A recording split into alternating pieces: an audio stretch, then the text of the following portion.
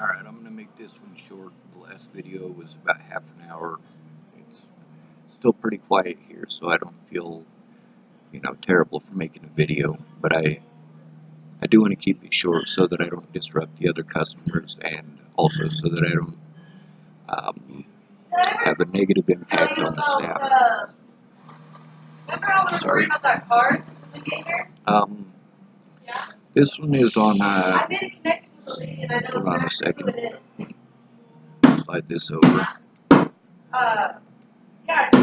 Assuming blame.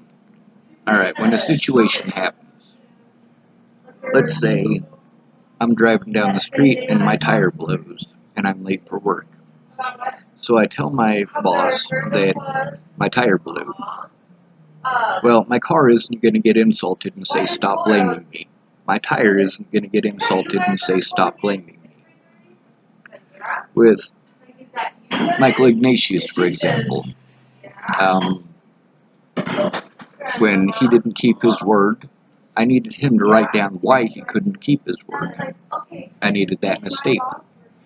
Instead, I get to stop blaming me. Well, I'm not blaming you. I'm saying that this is what happened. I'm telling the truth about what happened.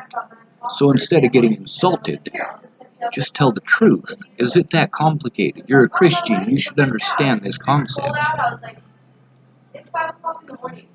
Instead, people want to make excuses. Excuses why they can't tell the truth because I'm blaming them. No, I'm telling the truth is what I'm doing.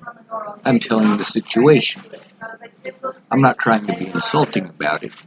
I'm saying, you didn't keep your word. It had this impact. You're not a terrible person for not keeping your word. The thing is, there are circumstances that made it so that you couldn't keep your word. Now, you could come forward about those circumstances, and that would be fine. Now, he did. He typed it to me. Or Tabby did, I don't know which. But then it's the part where later on they're like, well, I did this to try to remedy the situation. Well, yeah, but that's not the point. The point is, what are the facts of what happened? Yes, I am thankful that you did this thing later on. I am thankful that you spent $68 the next day or something to me 5 weeks after you were supposed to have sent it.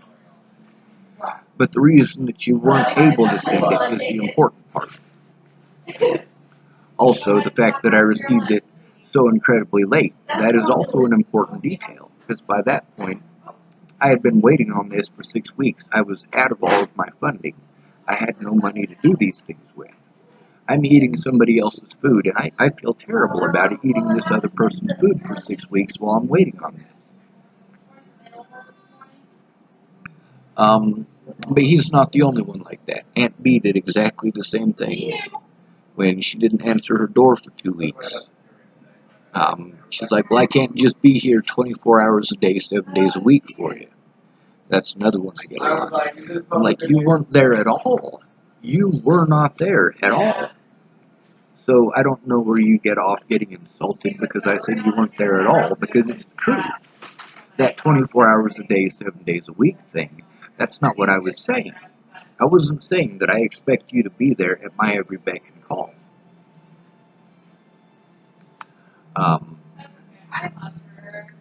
Then there's the thing that she did. She did the same thing that Michael Ignatius did, or Graham. She said, stop blaming me.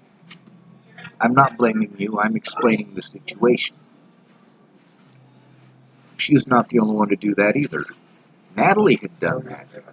Alicia had done that. I'm not blaming you. I'm saying that those facts are facts.